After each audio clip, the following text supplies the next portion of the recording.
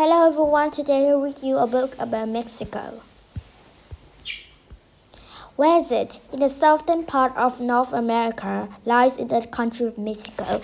It is far between the United States and the countries of Belize and Guatemala.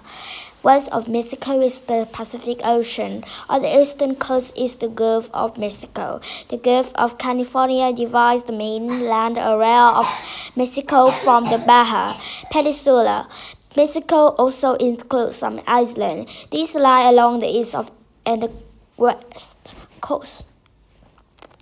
Mexico City, one of the oldest cities in North America, is the capital of Mexico.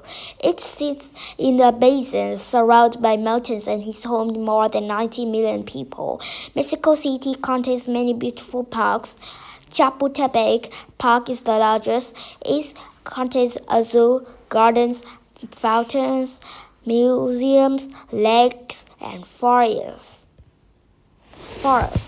People, thousands of years ago, indigenous people lived in a land that is now Mexico and built amazing civilizations. Then Spanish explorer came to Mexico in 1570. By 1521, the Spanish had colony in Mexico. As a result, about 2/3 of modern Mexico people are mestizos. This means that they are the descendants of both indigenous and European ancestors. The whole third of the population consists of indigenous people, Spanish descendants, and other people who have come to the country. Today, Mexico has a population of more than 120 million people. Most Mexicans speak Spanish. More people speak Spanish in Mexico than in any other country in the world. Some people speak indigenous languages. Most of the population lives in cities. Mexico is rich in nature's resources such as oil and silver. It exports tons of coffee, sugar, cane, and cotton to the world each year. The country is also famous for its art and artists. Painting, sculpture, and dance have a long and rich history in Mexico. Land. Mexico has many mountain ranges. Some mountains are also volcanoes. The highest mountain is a volcano 5,700 meters. It's 80,701 feet. High named Pico de Orizaba.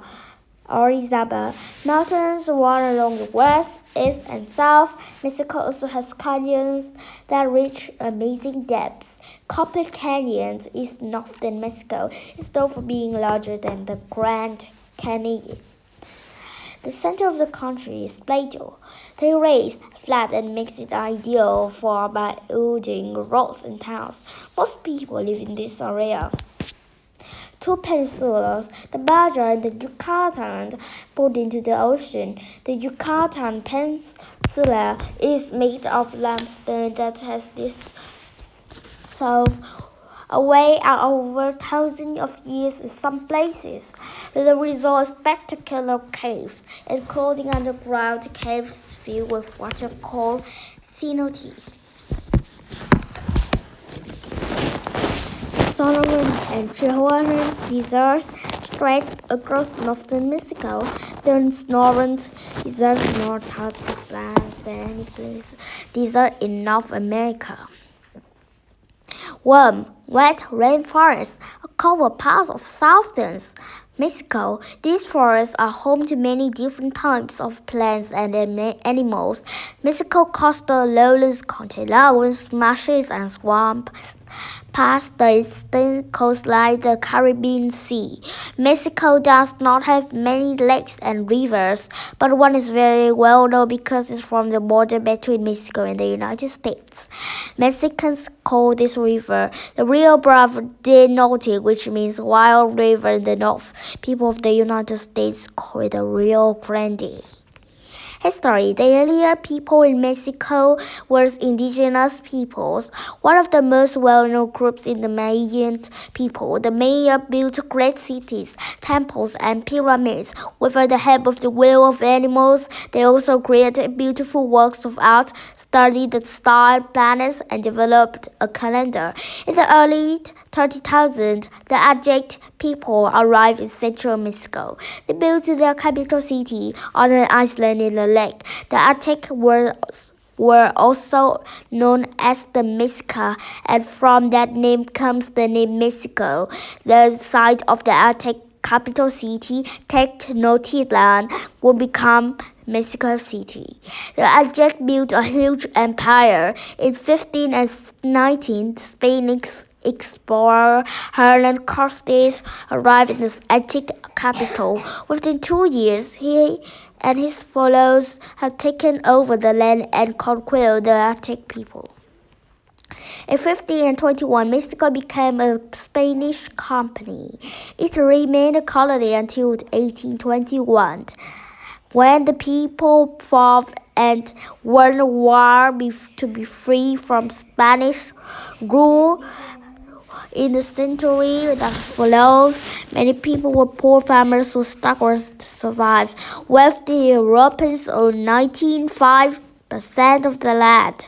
Farmers and workers few rights and little money.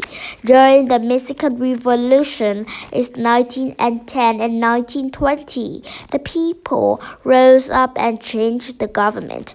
Mexico became a democracy, which helped to improve daily life for people who were poor. Today, Mexico is still a land of extremes. There are two main social classes, the rich and the poor, with a very small middle class.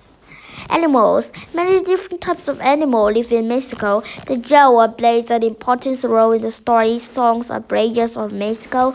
Ancient indigenous people live mainly in the rainforest of Mexico. The largest of all is the cat, especially in North America. It can measure about 2 meters 6 feet in length. It has black spots and a roar that sounds like a loud cough. Unlike many other cats, the jaguar likes to swim, lay, and hunt in winter. Water is the main source of food in the peccary, a small, wild member of the pig family. Sadly, the jaguar is in danger of extinction. However, many people are trying to save them. The sacred bird of the ancient Maya and the Aztec, the quetzal, lives in the rainforest of Mexico. Like many types of birds, the male is brightly colored and the female is plainer in appearance. The male's head of the chest are bright golden green. It's black and blue. Its belly is red, and its tail feathers can be more than 1 meter, is 3 feet long. In the mountains of Mexico lives the red-kneed tarantula. This large hairy spider is named for the reddish-orange patches on its leg joints. The legs of this large spider span 15-60 meters, 6 inches. It grows very slowly, and the female spider can live to be 30 years old. Conclusion. Mexico is the city of diversity. It has modern cities and ancient ruins. Deep canyons lie within high mountains. Dry deserts and wet rainforests cover the land. Its long history and natural beauty fascinate people around the globe. If you were to visit Mexico, what would you find to see first?